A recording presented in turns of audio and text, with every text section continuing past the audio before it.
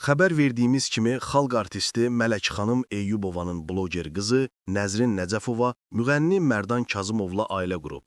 Bizim Media xəbər verir ki, toydan sonra evdəkilərə salam verilişi sənətkarın Masazırda yerləşən dəbdəbəli yeni villasında qonaq olub.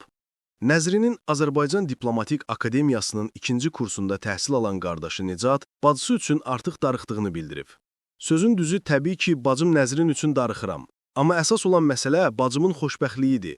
Nəzrin xoşbəxt olsun, bu mənə yetər. Mələk xanım evinin son beşiyi sayılan oğlunun tək yaşamaq istədiyini vurğulayıb. Ailə quran 3 övladım hamısı ayrı yaşayır. Oğlum Nicata deyirəm ki, sən evin son beşiyisən, sən bizimlə yaşa, biz tək qalmayacağıq ki. O isə cavab verir ki, xeyr ola. Anasının bu sözlərinə Nicat fikirlərini ifadə edib. Bu haqda qərar vermək hələ ki tezdir, zaman özü göstərəcək. Amma mən tək yaşamaq istəyirəm. Və bu, mənim öz seçimimdir. Tək yaşasam daha yaxşı olar. Çalışacağam ki, zəhmətimlə özümə ev alam. Mələk xanım Eyyubova hər üç quda ilə gözəl münasibətdə olduğunu dilə gətirib. Artıq 3-cü övladdır ki, xeyir işini edirəm. Onlar ailə qururlar. Mən hər bir qudamla çox mehribanıq. Uşaqlardan əvvəl isə biz mehriban olmalıyıq. 4 nəvəm var.